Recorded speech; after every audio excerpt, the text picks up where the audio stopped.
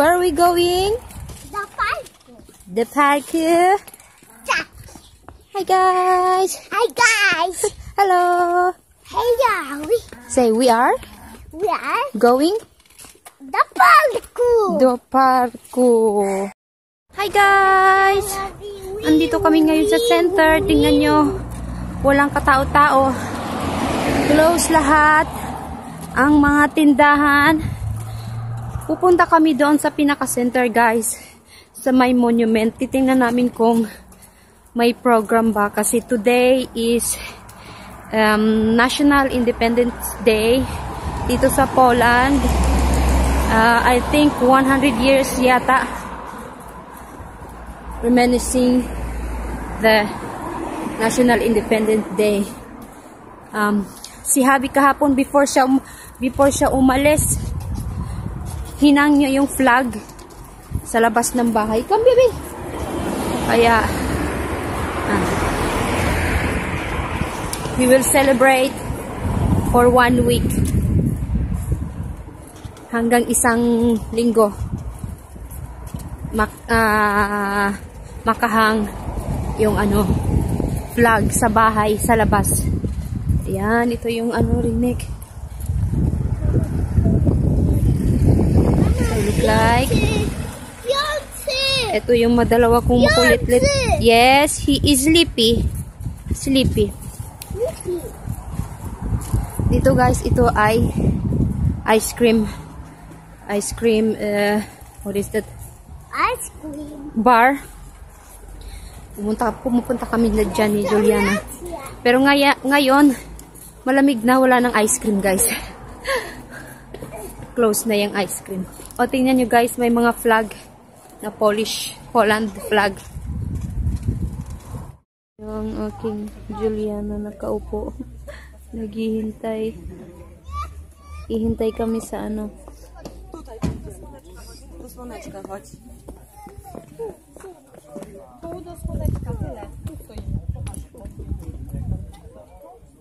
Nie, możesz stać.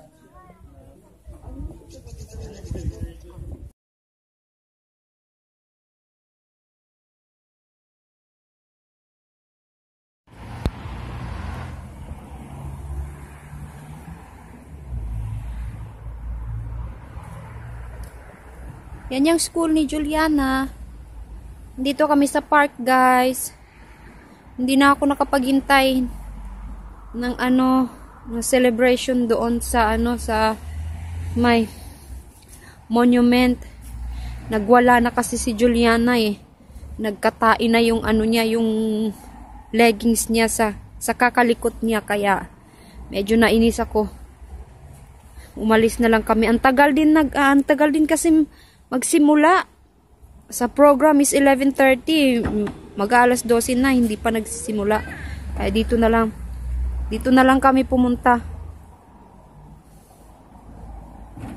Para magamit niya yung pagkalikot niya. Ayan.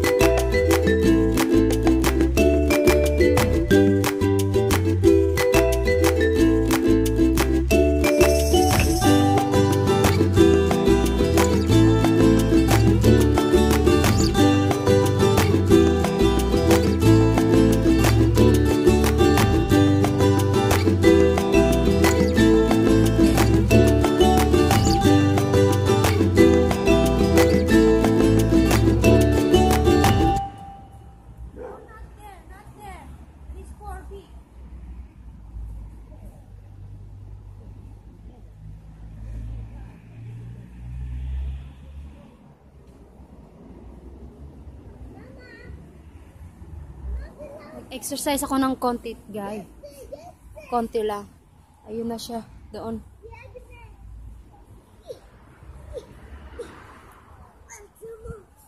Oh, yan. Magagamit niya dito yung energy niya.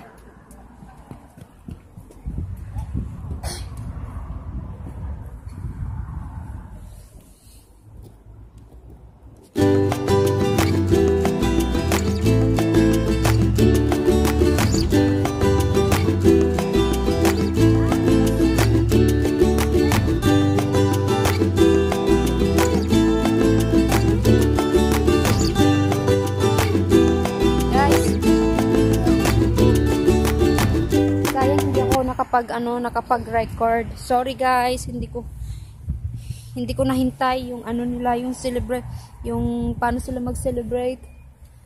Ano kasi, ang tagal kasi sa 11:30 pero alas 12 na, ewan ko kung siguro nagsimula na. Na kasi si Juliana, parang nainip na siya. Na siya, parang nagsimula ng mag likot. Na siya, natumba sa may tai ng ng aso, kaya nag-aamoy tai ng aso siya. Naku, Diyos ko. Guys, nakakainip. Kasi ayaw niyang makinip.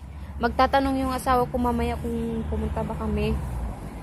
Oo, pumunta, pero hindi ako nakapag-record yung talaga yung buong celebration talaga. Kasi yun naman talaga yung pakay ko. Kaya, kaso lang may makulit tayong bata. Si Juliana andoon. Naglalaro. Si Adam naman tulog. Ay, naku, Diyos ko. So, today is, I think, November 11. Yes. Today is Independence Day dito sa Poland, guys. Sunday, yung center is, wala masyadong tao, pero siguro maya-maya nito. Kasi doon sa may, doon sa may monument, may mga tao na rin nag-aabang. Kaya, yun. Iniisip ko kung pupunta ba kami ng tindahan, kasi bibili ako ng soup ni Adam. Hindi ako nakapagluto para sa soup niya. Kaya bibili na lang siguro ako ng soup. Yun. Paghintayin ko muna yung si Juliana. Ang init, guys, mainit. Mainit siya. Mainit. Yes. Ay, mainit siya. Naalala ko tuloy. Umalis na pala yung hubby ko, guys. Umalis na si Upaw kahapon. Hindi, kanina yung flight niya, pero kahapon siya umalis. Doon siya natulog sa nanay niya, sa mother-in-law, kasi doon malapit sa airport. Kaya dito pa pala yung yung binili ko kahapon na eyeshadow. Binili ko kahapon. Bagay ba, guys? Naku, Diyos ko. Mahangin siya pero maaraw, guys. Kaya wala masyadong ganap, guys. Mingaw na, wala na kasi si hubby alone na naman kami for 3 weeks. Pero baka bukas darating yung biyanan ko tsaka yung lola ni Machik. Magsistay yata yung lola ni Machik dito for 1 week, I don't know. So may makakasama tayo, pero ewan ko rin kung sa pagba-vlog okay ba kahit andyan si lola, kasi hindi niya alam yung mga ganitong bagay. Kaya titingnan na lang natin. So bukas busy, hindi ko alam kung makapag-vlog, kaya standby lang muna siguro. Kaya ayan si Juliana, hiningal na sa kakalaro. Nagagamit na talaga yung niya, yung energy niya. Grabe, guys. Kasi siya, guys, parang kung sa term na words is hyperactive. Hindi siya nakakaupo ng matagal. Kailangan niya talagang may gagawin. Kailangan niya talagang kumimbot-kimbot. Okay naman pala yung buhok ko pag nakabuhaghag, guys. Ako lang siguro yung parang hindi comfortable nakabuhaghag yung buhok, kasi nga dry na dry yung buhok ko nga. Susubukan ko nga ulit yung yung mayonnaise. Na ibabad yung yung buhok sa mayonnaise. Kaya ayun. Guys, wala akong maisip na ngayon i-vlog. Parang nag-lock yung ko yung utak ko. Kasi iniisip ko yung asawa ko. Mamaya magsa-start na siyang mag-work. Parang gusto ko siyang makausap, pero hindi pwedeng tawagan kasi alam ko natutulog na yon. Para mamaya umalis siya kagabi, hapon yata, alas 5 ng hapon. Tapos sabi niya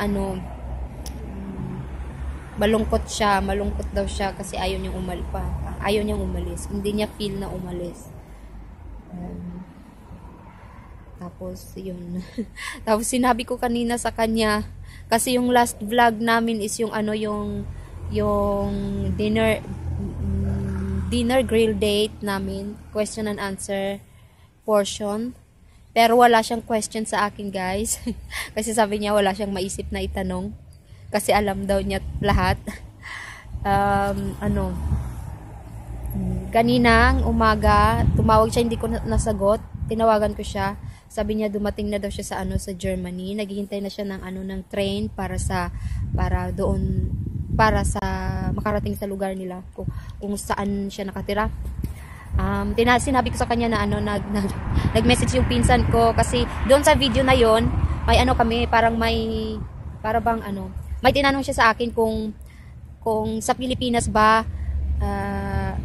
tumutubo ba yung watermelon. Sabi ko oo, sabi niya nagwa-wonder siya kung paano daw yung watermelon sa naghahang ba or nasa nasa baba lang, nasa ground lang. Kasi napakalaki daw ng watermelon. Tapos ang sagot ko naman is naghahang. Yung bunga naghahang, di ba?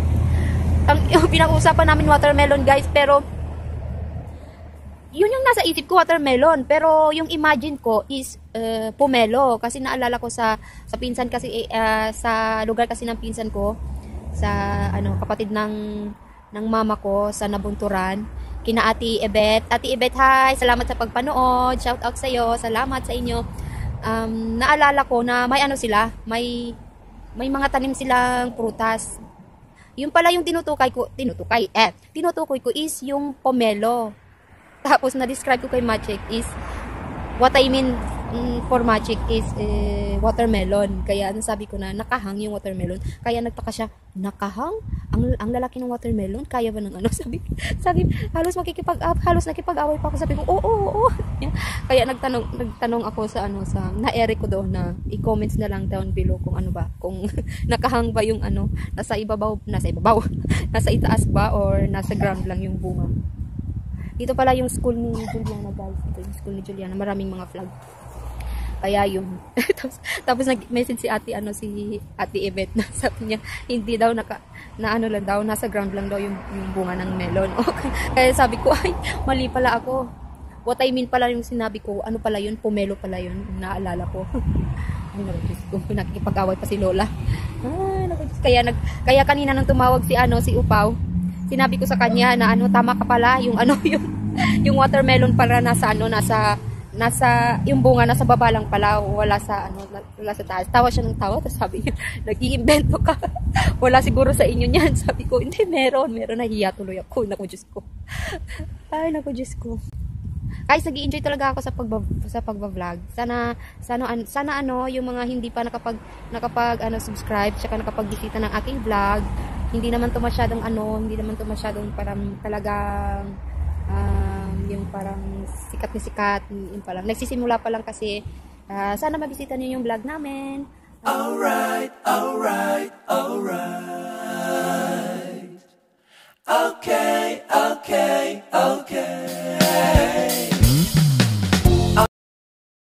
Is that my love? Stack it up. Flower for me? Thank you. What you will tell if Mama will say thank you? Bitte schön. You're welcome.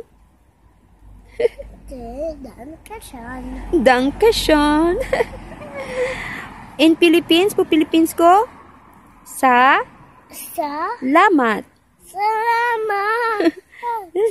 Bye-bye. Say bye-bye. Bye-bye.